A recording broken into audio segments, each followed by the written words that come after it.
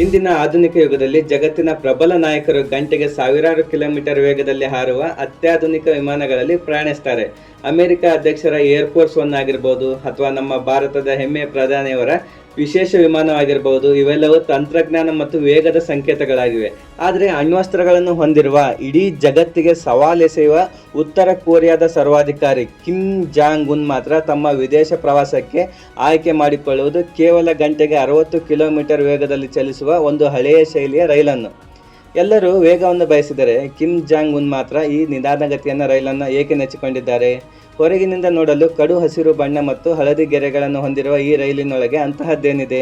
ಬನ್ನಿ ಈ ವಿಡಿಯೋದಲ್ಲಿ ಸಾಮಾನ್ಯ ಜನರ ಕಣ್ಣಿಗೆ ಬೀಳದ ಆ ನಿಗೂಢ ರೈಲಿನ ರೋಚಕ ಪ್ರಸಂಗದೊಳಗೆ ಹೋಗೋಣ. ಈ ರೈಲು ಪ್ರಯಾಣ ಕೇವಲ ಕಿಮ್ ಜಾಂಗ್ ಉನ್ ಅವರ ವೈಯಕ್ತಿಕ ಆಯ್ಕೆಯಲ್ಲ, ಇದೊಂದು ಕೌಟುಂಬಿಕ ಪರಂಪರೆ. ಈ ಸಂಪ್ರದಾಯವನ್ನು ಹುಟ್ಟುಹಾಕಿದ್ದು ಅವರ ತಾತ ಮತ್ತು ಉತ್ತರ ಕೊರಿಯಾದ ಸಂಸ್ಥಾಪಕ ಕಿಮ್ ಇಲ್ ಸುಂಗ್ ಅಂತ.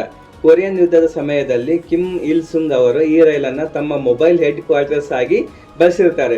ಆದರೆ ಈ ರೈಲು ಪ್ರಯಾಣವನ್ನ ಒಂದು ಅನಿವಾರ್ಯತೆಯನ್ನಾಗಿ ಮಾಡಿಕೊಂಡಿದ್ದು ಕಿಮ್ ಜಾಂಗ್ ಉನ್ ಅವರ ತಂದೆ ಕಿಮ್ ಜಾಂಗ್ ಇಲ್. ಅವರ ತಂದೆಗೆ ವಿಮಾನದಲ್ಲಿ ಪ್ರಯಾಣಿಸುವುದೆಂದರೆ ವಿಪರೀತ ಭಯವಿತ್ತು. ಇದನ್ನ ವೈದ್ಯಕೀಯ ಭಾಷೆಯಲ್ಲಿ ಏವಿಯೋಫೋಬಿಯಾ ಅಂತ ಕರೀತಾರೆ. ಆಕಾಶದಲ್ಲಿ ಹಾರುವಾಗ ಶತ್ರುಗಳು ತಮ್ಮನ್ನು ಹೊಡೆದುರುಳಿಸಬಹುದು ಎಂಬ ವಿಪರೀತ ಆತಂಕ ಅವರಿಗಿತ್ತು.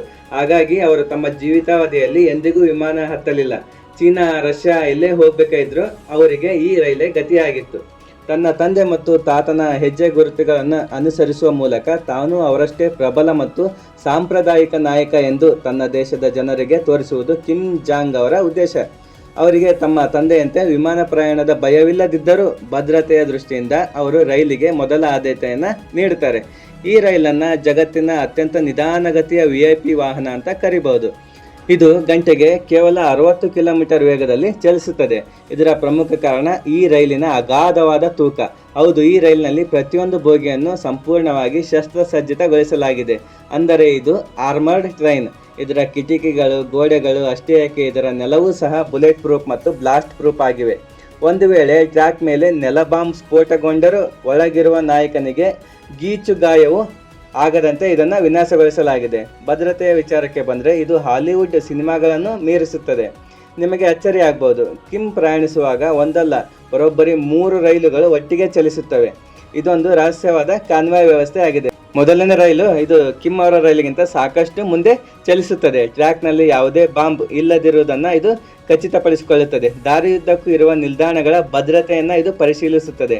ಎರಡನೇ ರೈಲು ಇದು ಕಿಮ್ ಜಾಂಗ್ ಉನ್ ಅವರ ಅತಿ ಮುಖ್ಯ ಅಧಿಕಾರಿಗಳು ಪ್ರಯಾಣಿಸುವ ಮುಖ್ಯ ರೈಲು. ಮೂರನೇ ರೈಲು ಇದು ಮುಖ್ಯ ರೈಲಿನ ಹಿಂದೆ ಚಲಿಸುತ್ತದೆ. ಇದರಲ್ಲಿ ಹೆಚ್ಚುವರಿ ಭದ್ರತಾ ಪಡೆಗಳು, ಕಮ್ಯುನಿಕೇಷನ್ ಉಪಕರಣಗಳು ಮತ್ತು ಅತ್ಯಾಧುನಿಕ ಶಸ್ತ್ರಾಸ್ತ್ರಗಳು ಇರುತ್ತವೆ. ಕಿಮ್ ಅವರ ರೈಲು ಒಂದು ನಿಲ್ದಾಣವನ್ನು ತಲುಪುವ ಮುನ್ನ ಸುಮಾರು 100ಕ್ಕೂ ಹೆಚ್ಚು ಭದ್ರತಾ ಸಿಬ್ಬಂದಿಗಳು ಆ ನಿಲ್ದಾಣವನ್ನು ಸಂಪೂರ್ಣವಾಗಿ ತಮ್ಮ ವಶಕ್ಕೆ ಪಡೆದಿರುತ್ತಾರೆ. ಬೇರೆ ಯಾವುದೇ ರೈಲುಗಳು ಆ ಮಾರ್ಗದಲ್ಲಿ ಬರದಂತೆ ಎಲ್ಲ ಟ್ರ್ಯಾಕ್ಗಳ ವಿದ್ಯುತ್ತನ್ನು ಕಡಿತಗೊಳಿಸಲಾಗಿರುತ್ತದೆ ಮತ್ತು ಆಕಾಶದಲ್ಲಿ ಸೇನಾ ಹೆಲಿಕಾಪ್ಟರ್ಗಳು ಹದ್ದಿನ ಕಣ್ಣಿಟ್ಟು ಕಾವಲನ್ನು ಕಾಯ್ತಾ ಇರ್ತವೆ. ಹೊರಗಿನಿಂದ ನೋಡಲು ಹಳೆಯ ಕಾಲದ ರೈಲಿನಂತೆ ಕಾಣುವ ಈ ಗಾಡಿಯೊಳಗೆ ಅಕ್ಷರಶಃ ಒಂದು ಸ್ವರ್ಗದಂತೆ ಕಾಣುತ್ತದೆ. ಉತ್ತರ ಕೊರಿಯಾದ ಸಾಮಾನ್ಯ ಜನರು ಒಂದು ಹೊತ್ತಿನ ಊಟಕ್ಕೂ ಕಷ್ಟಪಡುತ್ತಿರುವಾಗ ಕಿಮ್ ಅವರ ಈ ರೈಲಿನಲ್ಲಿ ಜಗತ್ತಿನ ಅತ್ಯಂತ ದುಬಾರಿ ವಸ್ತುಗಳಿರುತ್ತವೆ. ಹೊಳೆಯುವ ಮರದ ಪ್ಯಾನೆಲ್ಗಳು, ಐಷಾರಾಮಿ ಚರ್ಮದ ಸೋಫಾಗಳು, ಅತ್ಯಾಧುನಿಕ ಸ್ಯಾಟಲೈಟ್ ಕಮ್ಯುನಿಕೇಷನ್ ವ್ಯವಸ್ಥೆ ಹೊಂದಿದೆ. ಇಲ್ಲಿಂದಲೇ ಕುಳಿತು ಕಿಮ್ ಜಾಂಗ್ ಉನ್ ಅವರು ತಮ್ಮ ಸೇನೆಗೆ ಮತ್ತು ಸರ್ಕಾರಕ್ಕೆ ನೇರ ಆದೇಶಗಳನ್ನು ನೀಡಬಹುದು. ಆಹಾರ ಮತ್ತು ಪಾನೀಯಗಳ ವಿಚಾರಕ್ಕೆ ಬಂದರೆ ಈ ರೈಲಿನಲ್ಲಿ ಬೃಹತ್ ಲೈವ್ ಕಿಚನ್ ಇರುತ್ತದೆ.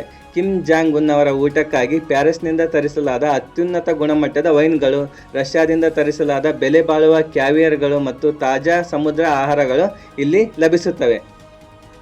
ರಷ್ಯಾದ ಮಾಜಿ ಅಧಿಕಾರಿಯೊಬ್ಬರು ತಮ್ಮ ಪುಸ್ತಕದಲ್ಲಿ ಬರೆದುಕೊಂಡಿರುವಂತೆ ಈ ರೈಲಿನಲ್ಲಿ ಜಗತ್ತಿನ ಯಾವುದೇ ದೇಶದ ಖಾದ್ಯ ಬೇಕೆಂದರೂ ಅದನ್ನು ತಯಾರಿಸಲು 5 ಸ್ಟಾರ್ ಹೋಟೆಲ್ನ ನುರಿತ ಅಡಿಗೆಯವರು ಸದಾ ಸಿದ್ಧರಿರುತ್ತಾರೆ. ಕಿಮ್ ಜಾಂಗ್ ಅವರ ಮನರಂಜನೆಗಾಗಿ ವಿಶೇಷವಾಗಿ ಆಯ್ಕೆ ಮಾಡಲಾದ ಗಾಯಕಿಯರು ಮತ್ತು ಕಲಾ ತಂಡವು ಈ ರೈಲಿನಲ್ಲಿ ಪ್ರಯಾಣಿಸುತ್ತದೆ. ಬೆಳ್ಳಿಯ ಚಮಚಗಳು, ದುಬಾರಿ ಕಪ್ಗಳು ಇಲ್ಲಿನ ದೈನಂದಿನ ಬಳಕೆಯ ವಸ್ತುಗಳು. ಇತ್ತೀಚಿನ ವರ್ಷಗಳಲ್ಲಿ ಈ ರಹಸ್ಯ ರೈಲು ಹಲವು ಐತಿಹಾಸಿಕ ಮತ್ತು ಜಾಗತಿಕ ರಾಜಕೀಯ ಘಟನೆಗಳಿಗೆ ಸಾಕ್ಷಿಯಾಗಿದೆ. ನಿಮಗೆ ನೆನಪಿರಬಹುದು, 2019ರಲ್ಲಿ ಅಮೆರಿಕದ ಅಂದಿನ ಅಧ್ಯಕ್ಷ ಡೊನಾಲ್ಡ್ ಟ್ರಂಪ್ ಅವರನ್ನು ಭೇಟಿಯಾಗಲು ಕಿಮ್ ಇದೇ ರೈಲಿನಲ್ಲಿ ವಿಯೆಟ್ನಾಂನ ಹನೋಯ್ ನಗರಕ್ಕೆ ತೆರಳಿದ್ರು. ಪ್ರೋ ಗ್ಯಾಂಗ್ನಿಂದ ಅವರು ಹೊರಟು ಇಡೀ ಚೀನಾವನ್ನು ದಾಟಿ ವಿಯೆಟ್ನಾಂ ಅನ್ನು ತಲುಪಲು ಈ ರೈಲಿಗೆ ಬರೋಬ್ಬರಿ 60 ಗಂಟೆಗಳ ಕಾಲ ಟೈಮ್ ಹಿಡಿದಿತ್ತು. ಅಷ್ಟು ದೊಡ್ಡ ಪ್ರಯಾಣವನ್ನು ಅವರು ವಿಮಾನದಲ್ಲಿ ಕೇವಲ ಕೆಲವೇ ಗಂಟೆಗಳಲ್ಲಿ ಮುಗಿಸಬಹುದಿತ್ತು. ಆದರೆ ಅವರು ರೈಲನ್ನೇ ಆಯ್ಕೆ ಮಾಡಿಕೊಂಡಿದ್ರು. ಹಾಗೆ 2023ರಲ್ಲಿ ಇಡೀ ಜಗತ್ತು ಉಕ್ರೇನ್ ಯುದ್ಧದ ಕಡೆಗೆ ನೋಡುತ್ತಿರುವಾಗ ರಷ್ಯಾದ ಅಧ್ಯಕ್ಷ ವ್ಲಾಡಿಮಿರ್ ಪುಟಿನ್ ಅವರನ್ನು ಭೇಟಿಯಾಗಲು ಕೂಡ ಕಿಮ್ ಇದೇ ರೈಲಿನಲ್ಲಿ ರಷ್ಯಾದ ವ್ಲಾಡಿವೋಸ್ಟಾಕ್ ನಗರಕ್ಕೆ ಪ್ರಯಾಣವನ್ನು ಬೆಳೆಸಿರ್ತಾರೆ. ಆ ಭೇಟಿಯಲ್ಲಿ ಶಸ್ತ್ರಾಸ್ತ್ರ ಪೂರೈಕೆಯ ಮಹತ್ವದ ಒಪ್ಪಂದಗಳು ನಡೆದವು ಎನ್ನಲಾಗುತ್ತದೆ. ಈ ರೈಲು ಚೀನಾ ಮತ್ತು ರಷ್ಯಾದ ಗಡಿಗಳನ್ನು ದಾಟುವಾಗ ಆ ದೇಶದ ಭದ್ರತಾ ಪಡೆಗಳೇ ಅಕ್ಷರಶಃ ಹೈರಾಣಾಗುತ್ತವೆ. ರಷ್ಯಾದ ಗಡಿ ತಲುಪಿದ ತಕ್ಷಣ ಟ್ರ್ಯಾಕ್ನ ಅಳತೆ ಬದಲಾಗುವುದರಿಂದ ಇಡೀ ರೈಲಿನ ಚಕ್ರಗಳನ್ನು ಬದಲಾಯಿಸುವ ಬೃಹತ್ ಕಾರ್ಯಾಚರಣೆ ಅಲ್ಲಿ ನಡೆಯುತ್ತದೆ. ಕೊನೆಯದಾಗಿ ಹೇಳಬೇಕಂದ್ರೆ, ತಂತ್ರಜ್ಞಾನ ಎಷ್ಟೇ ಮುಂದುವರೆದಿದ್ದರೂ, ಜಗತ್ತು ಎಷ್ಟೇ ವೇಗವಾಗಿ ಓಡುತ್ತಿದ್ದರೂ ಕಿಮ್ ಜಾಂಗ್ ಉನ್ ಅವರ ಈ ಹಸಿರು ರೈಲು ಉತ್ತರ ಕೊರಿಯಾದ ಏಕಾಂಗಿತನ, ನಿಗೂಢತೆ ಮತ್ತು ಸರ್ವಾಧಿಕಾರದ ಅತಿ ದೊಡ್ಡ ಸಂಕೇತವಾಗಿ ನಿಲ್ಲುತ್ತದೆ.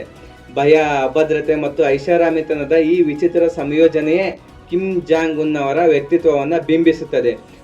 ಒಂದು ಚಲಿಸುವ ಕೋಟೆಯಂತಿರುವ ಈ ನಿಧಾನಗತಿಯ ರೈಲು ಮುಂದಿನ ದಿನಗಳಲ್ಲಿ ಯಾವ ದೇಶದ ಗಡಿಯನ್ನು ದಾಟಲಿದೆ, ಯಾವ ಹೊಸ ಜಾಗತಿಕ ಒಪ್ಪಂದಗಳಿಗೆ ಸಾಕ್ಷಿಯಾಗಲಿದೆ ಎಂಬುದನ್ನು ನಾವು ಕಾದು ನೋಡಬೇಕಾಗಿದೆ. ನಿಮಗೆ ಈ ಮಾಹಿತಿ ಇಷ್ಟವಾಗಿದ್ದರೆ ವಿಡಿಯೋವನ್ನು ಲೈಕ್ ಮಾಡಿ, ನಿಮ್ಮ ಸ್ನೇಹಿತರೊಂದಿಗೆ ಶೇರ್ ಮಾಡಿ ಮತ್ತು ನಮ್ಮ ಸುದ್ದಿ ಜಗತ್ತು ಚಾನಲ್ ಸಬ್ಸ್ಕ್ರೈಬ್ ಮಾಡಲು ಖಂಡಿತ ಮರೆಯದಿರಿ. ನಿಮ್ಮ ಅನಿಸಿಕೆಗಳನ್ನು ಕಮೆಂಟ್ನಲ್ಲಿ ತಿಳಿಸಿ. ಮತ್ತೊಂದು ರೋಚಕ ಮಾಹಿತಿಯೊಂದಿಗೆ ಮತ್ತೆ ಸಿಗುತ್ತೇನೆ. ಧನ್ಯವಾದಗಳು.